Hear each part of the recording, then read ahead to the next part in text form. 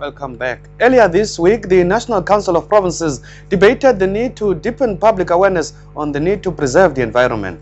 That debate was on the 5th of June, the International Day for the Environment.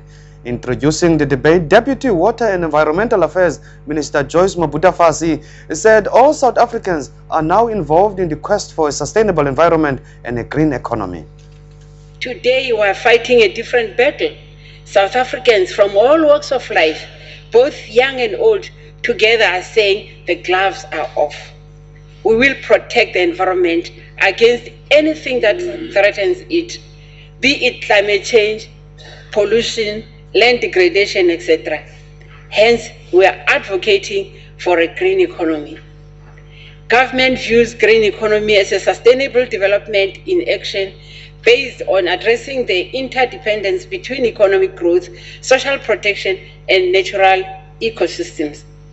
We are undertaking the green economy modeling aimed to demonstrate that greening the economy across national key sectors can drive economic recovery, growth, and lead the future prosperity of job creation, while at the same time addressing social inequalities and environmental challenges. Deputy Minister Mabudafhasi said government alone could not manage and fund a transition to a green economy. Civil society and the private sector should also play a fundamental role.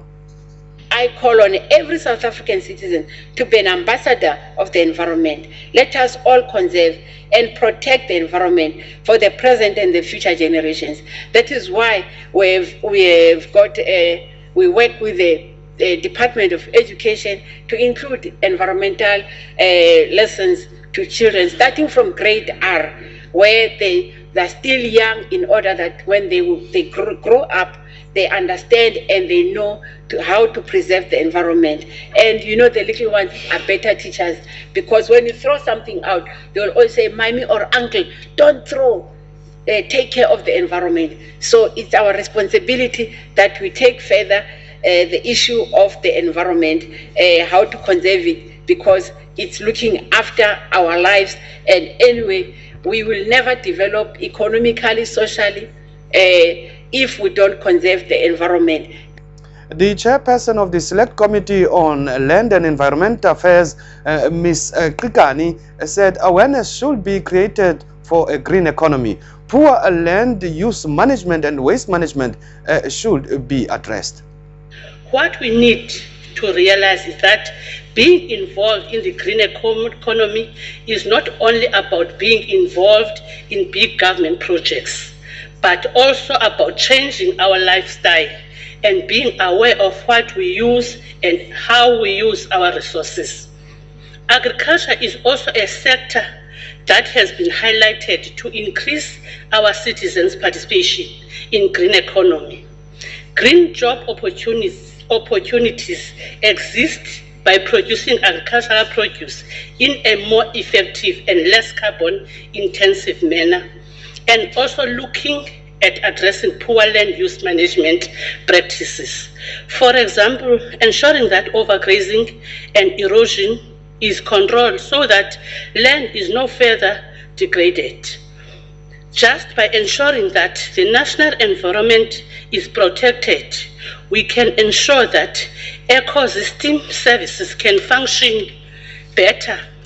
Furthermore, waste management and decreasing waste and pollution are key areas for creating a healthy, sustainable environment for all South Africans.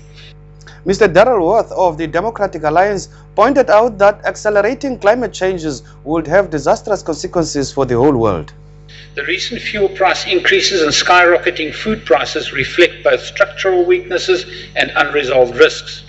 We know that farming is becoming difficult due to price increases in fertilizer, fuel, labor, and machinery. Besides the economic factors, it is acknowledged that global warming and water scarcity are serious threats in the near future. In Bangladesh, for example, floods and cyclones have changed eating habits, causing increased production of potatoes in the place of rice. Alternative sources of protein to meat and milk, such as legumes, will increase. Extreme climatic conditions will result in unpredictable weather conditions, intense rainfall. Droughts and heat waves can be expected in different parts of the world, including Southern Africa. A report titled The Food Gap, The Impact of Climate Change on Food Production, released by the Universal Ecological Fund, indicates that climate change will have a severe impact in terms of decreased rainfall in areas such as Africa, where it is expected that the agricultural yield could be affected by as much as 50% in some countries. Other speakers in the debate expressed their concerns on the issue of climate change. We pick up on the address by the ANC's Nosilivere Magadia, who said protecting the environment was a constitutional obligation. Pollution is a process whereby various harmful substances are added to the environment by human and natural activities, and environmental problems such as the reduction of natural resources, water pollution, and global warming have all resulted mainly from human activities. As public representatives, we should do our part for the earth through environmental conservation, as conservation involves minimizing the negative impacts caused by the environmental problems. Honorable Chair, in exercising our collective efforts to deepen public awareness of the need to preserve the environment, we should develop practical ways to conserve the environment. We need to find ways and means how best to use the resources available to us. It is about how to use water, how to optimize the land, and how collectively to reduce environmental risk, creating green economy. We as government must take the lead in encouraging environmental awareness. We must make South Africa conscious of the need to change bad habits and drive the message that the environment is every citizen's responsibility.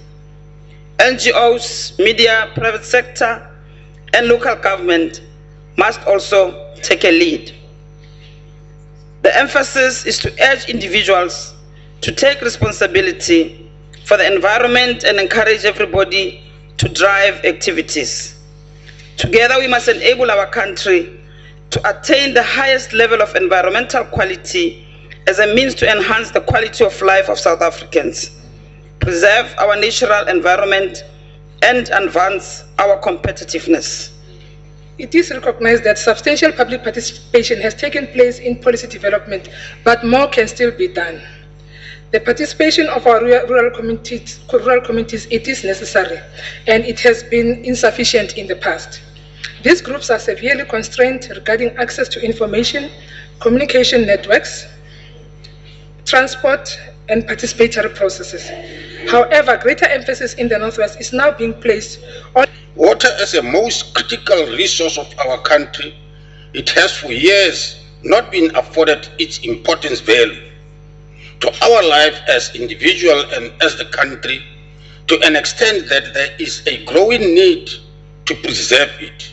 People have been and continue to waste water left, right, and center, and we are not ashamed.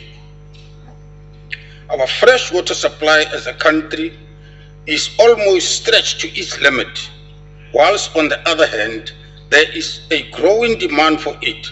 And what makes matters worse is the concern of growth in population and increase in land use. Land. Chair, land as another critical issue for the country and has for years not been valued enough by the people because of the ways we have used it as people. Our human activities continue to contribute in land degrading instead of trying to sustain it. Unfortunately, MEC Dan Plato is not going to make it to the studio to talk to us about his community safety bill. We then go on to member statements after the break. Don't go away.